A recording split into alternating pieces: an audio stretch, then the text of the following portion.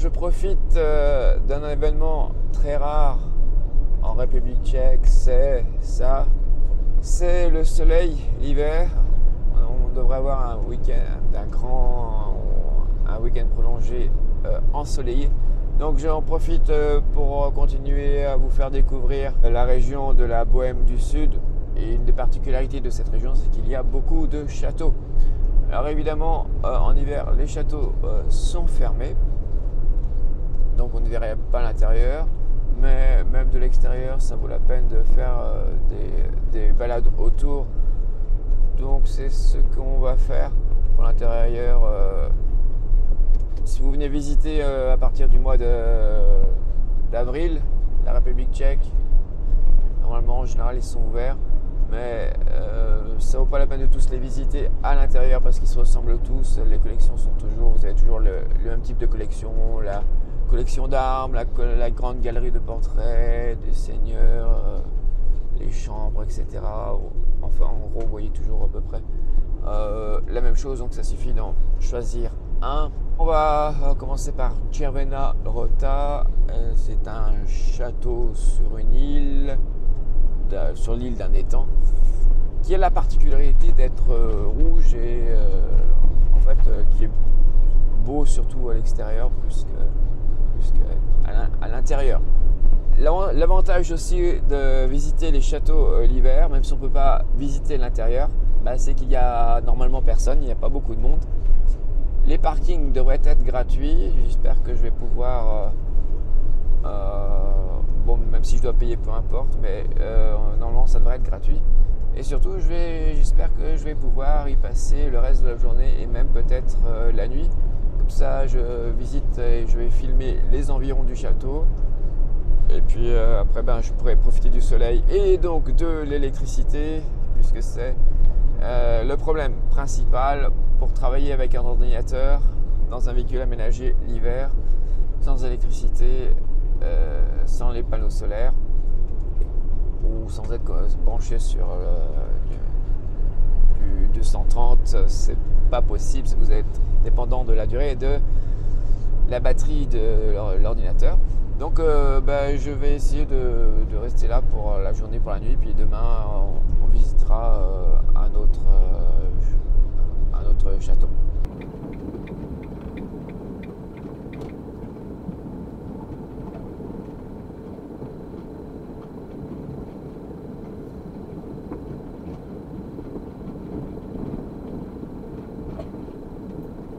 Me voilà arrivé sur le parking, quasiment désert, il y a juste une voiture, donc je pense que ça ne devrait pas poser problème de passer la nuit ici. C'est bien ensoleillé, il n'y a pas d'arbres qui vont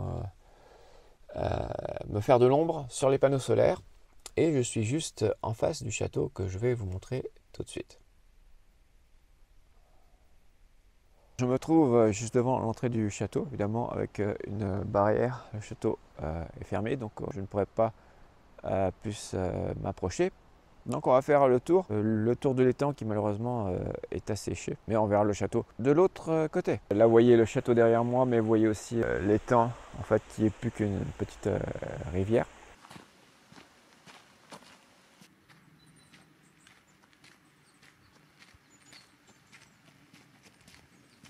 Ok, on va continuer plus loin.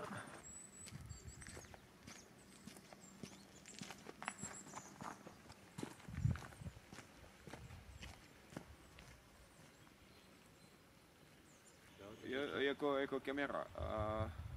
Tady to foťák, ale to opravdu je to taky dobrá videokamera. Jo, takže ono to i natáčí. Je to takový hybridní, to má obrovský zoom a to dělá pěkný fotky a Jaký to má? Pěkné videa.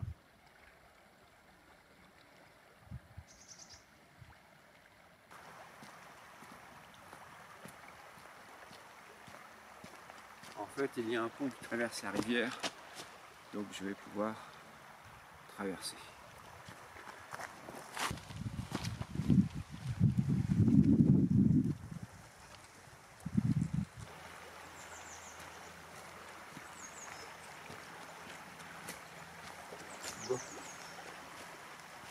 Je repasse par là, pas seulement pour récupérer la caméra, mais pour retrouver le micro de ma deuxième caméra de poche que j'ai dû perdre sur le chemin en courant. Partant à la recherche du micro, je ne l'ai pas trouvé sur le chemin jusqu'à la caméra. Donc je rebrousse et attention, le voilà.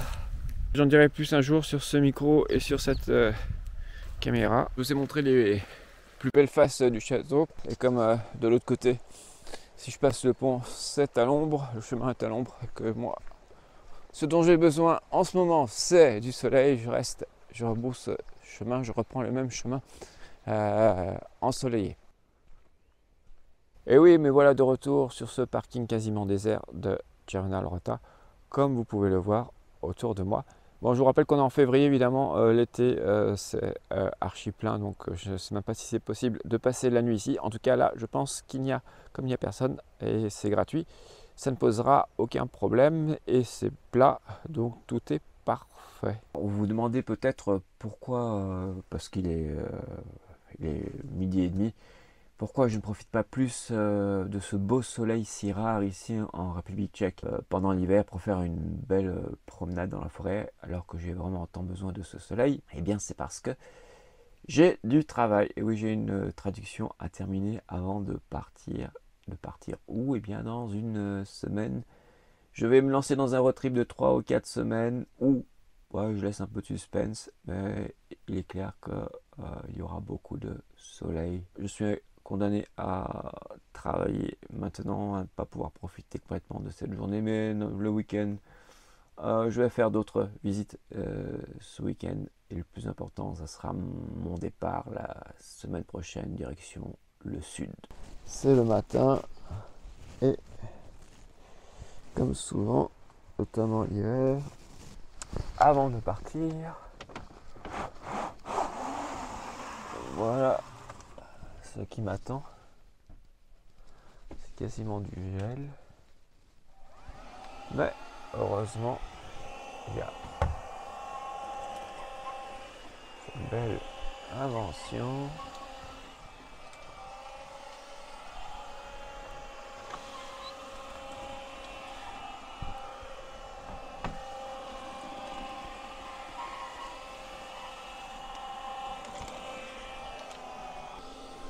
Voilà, ça m'a rempli.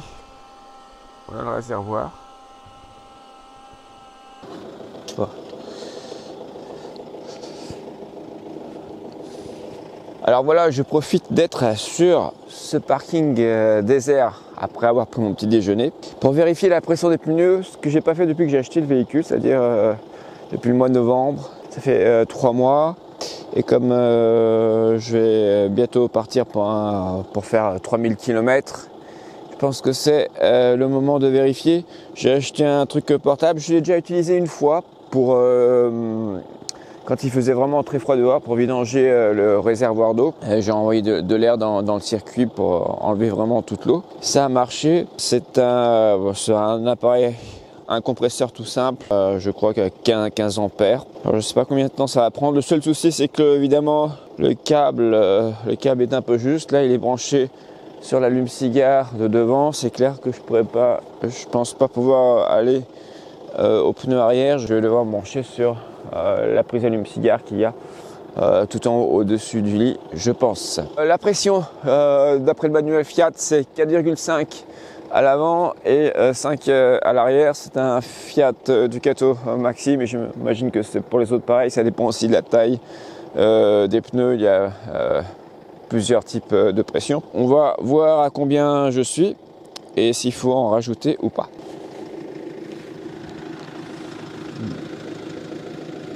Alors, combien nous avons là? Ici, on est à 4, donc je vais en rajouter un peu. 4,5, parfait. Alors maintenant la question c'est est-ce que je peux aller à l'arrière, essayer le pneu arrière en restant branché sur la prise allume-cigare de la cabine. Je vais essayer, sinon je me brancherai soit par la fenêtre ici, soit, oui, ce sera peut-être le plus simple. La prise allume-cigare qui est ici, ou celle qui est au-dessus du lit.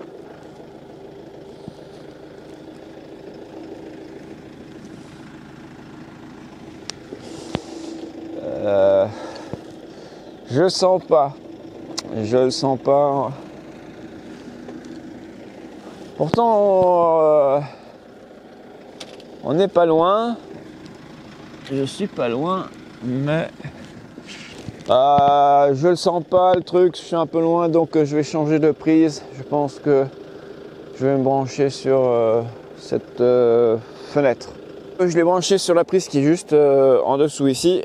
Maintenant, j'ai la bonne longueur et on va passer au pneu arrière. Vous notez que j'ai laissé le moteur allumé parce que ça a quand même une certaine puissance. Aujourd'hui, pas de soleil, enfin ce matin, pas de soleil. J'ai besoin d'électricité, il y a assez de puissance pour le compresseur. On va vérifier la pression du pneu arrière qui doit être de 5. Je pense que ça va être moins. La pression ici, oh bah pas tellement, là pas tellement, on est à 4,8, donc ça va être assez rapide.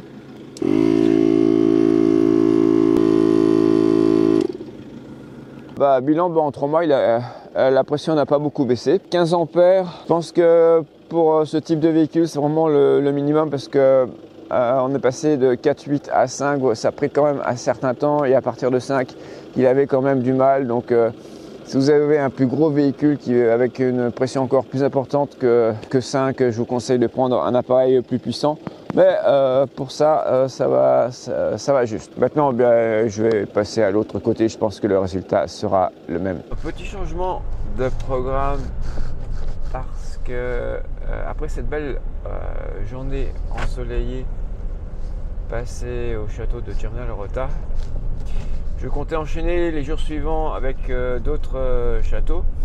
Sauf que le jour suivant, eh bien, c'était très nuageux. Donc pour le tournage avec pas beaucoup de lumière, c'était pas idéal. Donc j'ai décidé de rester sur le parking, de passer la nuit sur le parking de Cernaia-Lorota, de passer en fait de nuit. Et la journée nuageuse, qu'est-ce que j'ai fait? J'ai travaillé sur l'ordinateur. Aujourd'hui, il prévoit encore un temps nuageux, même si pour l'instant, ce matin, il y a du soleil.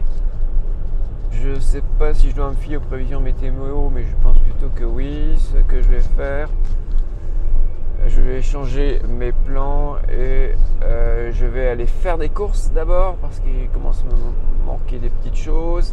Et surtout le plein de GPL, il faut que je fasse absolument le plein de GPL. Il me reste encore pour un jour ou deux, mais je préfère avoir mon réservoir plein, réservoir de 60 litres, parce que dehors il faisait 0 degré pendant la nuit et j'aime bien être au chaud. Donc je chauffe à 18-20 degrés, donc ça consomme quand même un peu et ça faisait un moment que je n'avais pas fait le plein. Donc là, il faut vraiment que je le fasse pour les jours qui restent. Et il me reste une semaine avant mon grand départ. Et comme même quand j'utilise pas le fourgon, je chauffe quand même pour pas que l'eau gèle à l'intérieur. Surtout qu'il prévoit des températures la nuit de moins 5 degrés. Donc le chauffage va fonctionner. Donc il me faut absolument du GPL. Donc on va faire quelques courses pour manger et ensuite le GPL. Přijeli jste do cíle, je napravo. Il est 8h30. J'ai regardé les dernières prévisions météo. Il prévoit du soleil jusqu'à 10-11 heures. Donc ce que je vais faire, je vais faire mes courses. Mais je vais rester un moment sur le parking du supermarché, un Lidl. On en trouve partout, même ici en République tchèque. Pour profiter du soleil et pour qu'il me recharge les batteries. Et je pense pas faire assez de kilomètres, donc pour recharger les batteries, avec l'ordinateur qui consomme autant, j'ai beaucoup d'appareils à recharger. Donc je vais profiter du soleil et des panneaux solaires, au moins pendant 1h30 j'espère, 1h30 peut-être 2 heures si j'ai de la chance. Et après, eh bien, j'irai me poser quelque part dans la nature et je continue. Et normalement demain il devrait faire beau toute la journée. Donc j'enchaînerai tous les châteaux demain. Voilà le résultat des courses à Lidl. Ma réserve de bière, alors évidemment c'est pas tout pour moi, mais c'est pour mon voyage que je prépare. Après c'est bien quand je rencontre des gens qui vont vouloir, dans un pays étranger, qui vont vouloir goûter de la bonne bière tchèque qui se boit très facilement. Le reste, quelques produits cuisinés locaux, parce que j'aime pas faire la cuisine. On va essayer ça, c'est des trucs végétariens. Voilà à quoi ressemblent mes courses. Et l'avantage du chariot, c'est qu'il rentre presque dans le fourgon. Et je peux prendre directement dans le fourgon et ranger directement ici ou dans le frigo ici.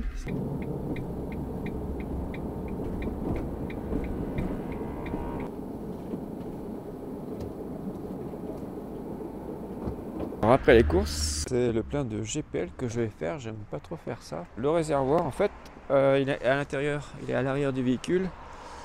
Et c'est un système qu'on trouve en France, en Italie et en République tchèque. Et donc voilà à quoi ça ressemble. Évidemment, ça faut pas oublier de le reprendre après. Je vais prendre le gros pistolet que voilà, que je vais essayer d'introduire dans le trou. C'est ça la partie la plus difficile. Voilà, parce qu'il faut être bien droit. Il faut être bien droit. On appuie. Il faut tourner le bouton.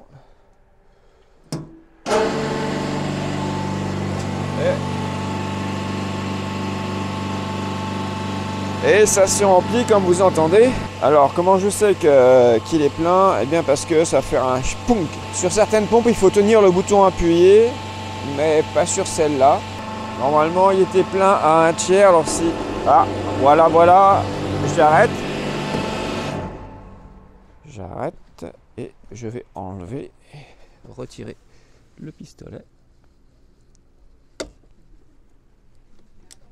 En tout cas je vais essayer.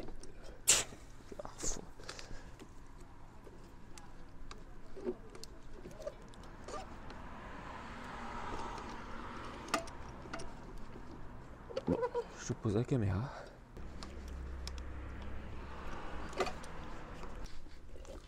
Voilà pourquoi je n'aime pas faire ça.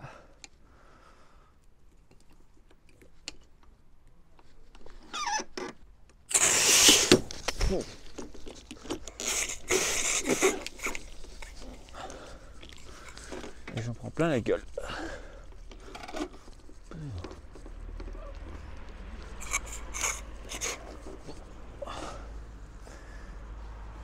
Je me suis payé un peu la honte, hein. Je suis allé chercher la caissière. Enfin, je sais pas, j'ai du mal à appuyer sur le... en fait, il y a deux poignées sur lesquelles il faut appuyer. J'ai peut-être du mal à... C'était déjà dégagé. Il fallait tirer peut-être plus, j'ai eu peur de casser. Bon, en tout cas, elle me l'a enlevé sans problème. Donc voilà, le plein de GPL est fait. Je ne risque pas d'avoir froid.